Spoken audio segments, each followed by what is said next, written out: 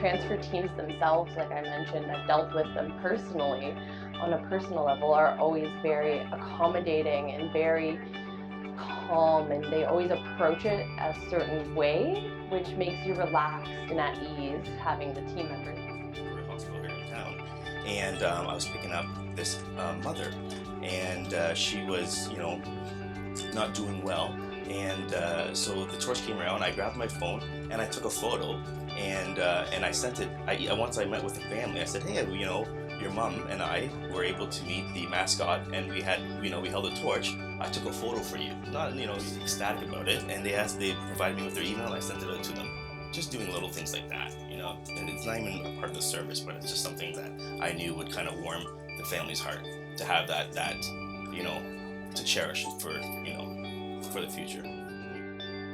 Let it sink in, and yeah, sometimes a couple tears will fall in that, but we wipe them off, and we think of how thankful we are to have the health care that we do have in this country. Pediatric calls that I did a transfer on. It was a 3-year-old little girl that we took back to her home hospital, and she gave me the biggest hug when we dropped her off at the home hospital, and she said, "Thank you so much for getting me home." So it's, This is the best place for care for both of them in the entire world, and would offer that.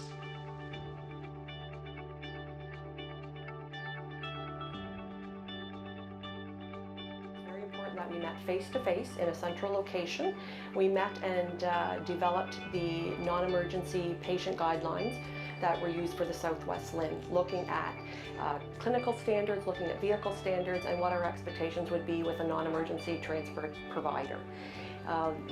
The SWLHIN hospitals and all the members that sat around the table worked very collaboratively. We have hospitals from 4 beds to our tertiary care center at LHSC, which has hundreds of beds. And hospitals in between, there's 50-bed hospitals, 100-bed hospitals. We all sat there and collaboratively worked on developing these guidelines for patient transportation. There were some tough conversations, but everyone was able to give and take, and we had a very positive outcome that all hospitals within the SWLHIN adopted the patient decision algorithm and shared the education. We all have the same education, we all have the same standards, and we all use the same algorithm to decide whether we're using non-emergency patient transportation or EMS.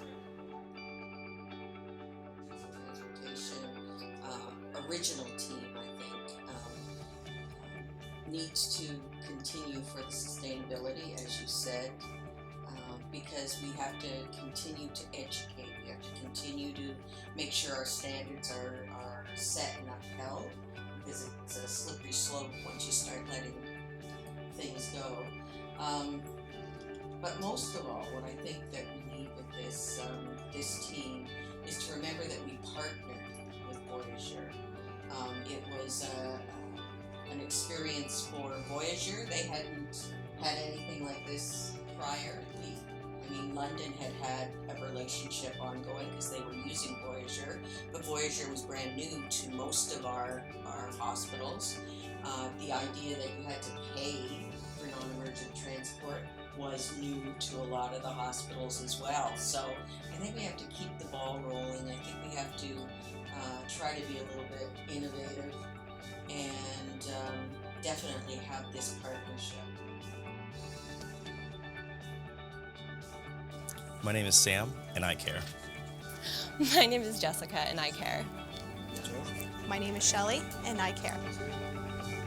We care.